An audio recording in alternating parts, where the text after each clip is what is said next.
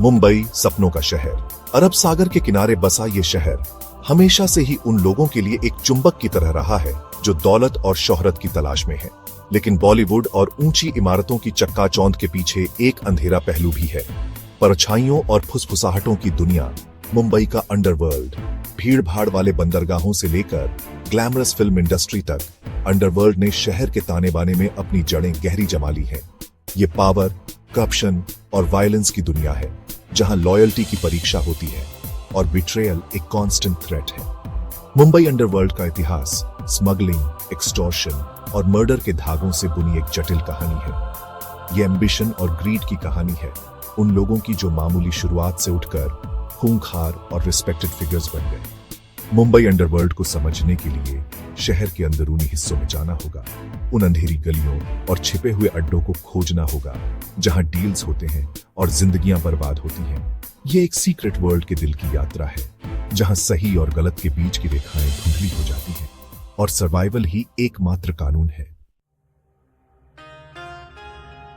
मुंबई में organised crime की शुरुआत 20वीं सदी के शुरुआती दिनों में हुई। शहर का बस्लिंग पोर्ट, जो भारत का एक गेटवे था, स्मगलिंग का गढ़ बन गया। ओपियम, सोना और दूसरा कॉन्ट्राबैंड सामान बेरोकटोक आता जाता था, जिससे क्रिमिनल्स की एक नई नस्ल अमीर बनती गई। इस इलीगल ट्रेड का फायदा उठाने वाले सबसे पहले लोगों में से एक थे हाजी मस्तान। एक डॉक वर्कर से स्मगलर बने मस्तान के करिश्मा और बिजनेस सेंस ने उन्हें कॉन्टैक्ट्स और लॉयल फॉलोअर्स का एक बड़ा नेटवर्क बनाने में मदद की। मस्तान का उदय मुंबई में प्रोहिबिशन एरा के साथ हुआ। शराब पर बैन ने एक प्रॉफिटेबल ब्लैक मार्केट बनाया और मस्तान ने इस मौके का फायदा उठाया। शहर को इलीगल लिकर से भर दिया। वो किंग ऑफ स्मगलर्स के नाम से जाने जाने लगे। उनकी दौलत और पावर हर साल बढ़ती गई। मुंबई अंडरवर्ल्ड के शुरुआती दशकों में कंपटीशन और कोऑपरेशन का एक अजीब सा मिश्रण था।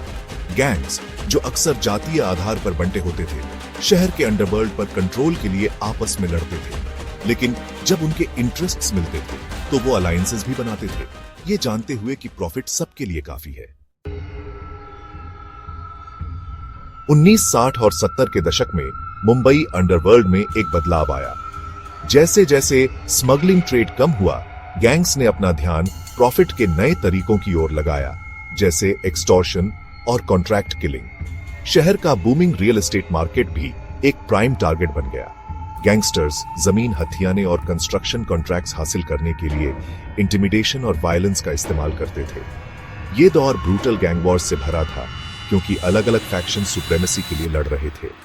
मुंबई की सड़कें खून से लाल हो गईं, क्योंकि राइवल्स ने बुलेट्स और बॉम्ब्स से आपस में बदला लिया। दाऊद इब्राहिम और अरुण गवली, मुंबई अंडरवर्ल्ड के दो सबसे कुख्यात नामों के बीच राइवलरी एक कहानी बन गई। अंडरवर्ल्ड और बॉलीवुड के बीच का नेक्सस भी इस दौरान गहरा गया। कैश से भरे गैंगस्टर्स फिल्मों के लिए फाइनेंसियर्स बन गए। इंडस्ट्री का इस्तेमाल अपने इलीगल मनी को वाइट करने के लिए किया। सिल्वर स्क्रीन और मुंबई की सड़कों की हार्श रियलिटी के बीच की रेखा धुंधली होती गई। सेक्शन 4, जुर्म के चेहरे, मुंबई के कुख्यात डॉन। मुंबई अंडरवर्ल्ड का इतिहास उन नामों से भरा पड़ा है जो डर और फैसिनेशन पैदा करते हैं। हाजी मस्तान, करीम लाला, दाऊद इब्राहिम और अरुण गवली जैसे नाम। हाजी मस्तान ने रॉबिन हुड इमेज बनाए रखी, गरीबों की मदद की।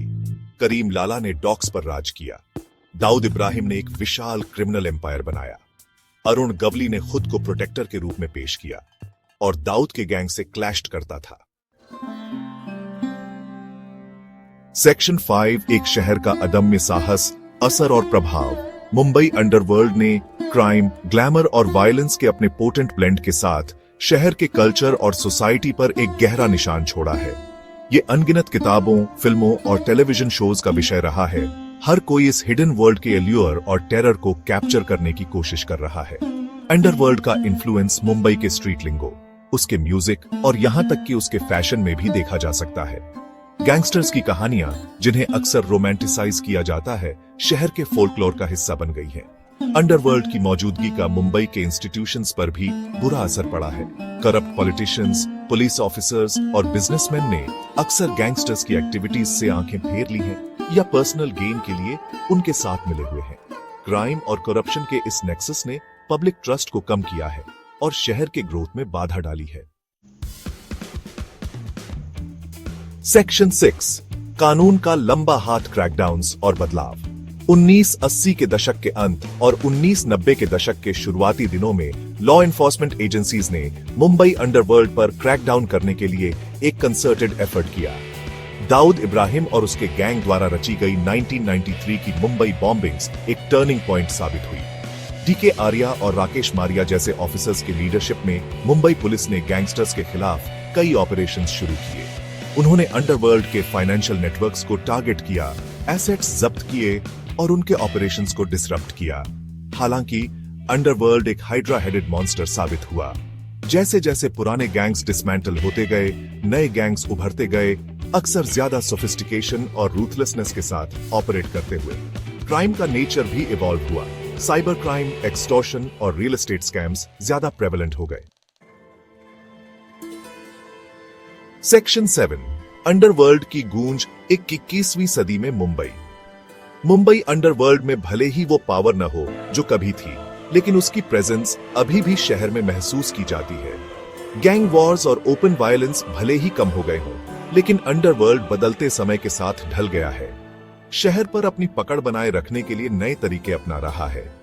एक्सटॉर्शन रैकेट्स अभी भी कुछ सेक्टर्स में चल रहे हैं और real estate market underworld money के लिए एक प्रॉफिटेबल टारगेट बना हुआ है।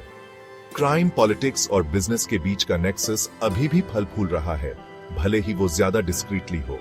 मुंबई अंडरवर्ल्ड की लेगेसी शहर के ड्यूअल नेचर की एक कांस्टेंट रिमाइंडर है, एक ऐसी जगह जहां ड्रीम्स और डार्कनेस साथ साथ रहते हैं।